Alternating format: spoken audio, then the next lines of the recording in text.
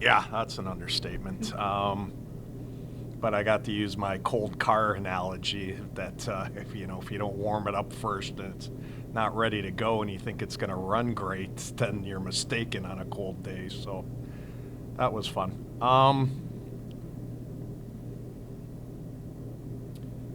The power play, Cole. I mean, we just seem to be one of those clubs when something good happens and we start playing with a little more jam. Sometimes I don't know if we've totally learned that you can't always wait for something good to happen before you start to crank it up and feel good about yourself, that you've got to manufacture that and make that happen. So, again, a couple years ago, we would have lost that game. So for us to find a way when we're not playing necessarily the best and dealing with a couple kids who were banged up, I thought that was super important for us to figure it out and find a way. And obviously, those are the little things as you start thinking long-term, looking long-term, to have some of our younger players step up in those situations and make plays that kind of bode for the future. Well, that's interesting, because I don't know if I would always use calm and Dale in the same sentence necessarily, but listen, Dale is an elite defender. I tell her that on an almost daily basis. She's very good at closing, angling, taking away time and space, being very aggressive. Like defensively, she does a lot of heavy lifting for us. So for her to get two helpers shows a lot of the maturity with the offensive end of the game and reading plays, understanding where people are, what her options are, what the outs are. We're always talking about getting her to move from checkers to chess as an adult, and so she's doing those things and she's finding success, so super happy for her with that. But defensively, she's always been very strong for us.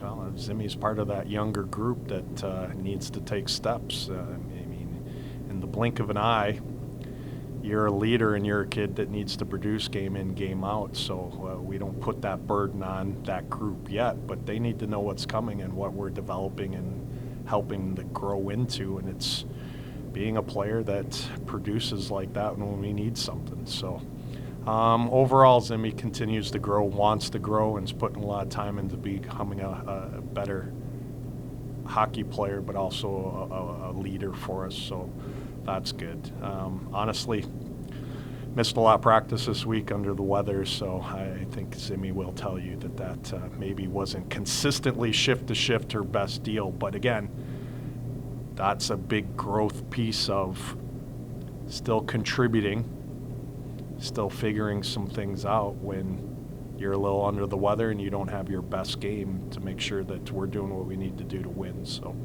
that was nice for her. Well, I mean, she's honestly a complete player. I mean, just the way she plays a 200-foot game and back checks as hard as she forechecks and sees the ice and is able to make plays. And yeah, like I'm a huge fan of her game, always has been. I mean, we just need to keep giving her opportunities to develop and work with her, and I think she's going to be a super special player, internationally, beyond professionally. Like, I think she's just starting to scratch the surface of a lot of things, maturity-wise. And, sometimes when you step back and, like, these kids are in their young 20s, like, she has the potential to play well into her 30s if that's what she chooses to do. She's just that kind of talent, that kind of player. Well, you're always trying to manufacture that desperation before you're desperate. And it's not always easy to do. That's a mental game within themselves. That's a mental trick to create that kind of energy, desire, before you're in a situation where you're kind of fighting for your life. So they, like I said, they responded. They found a way.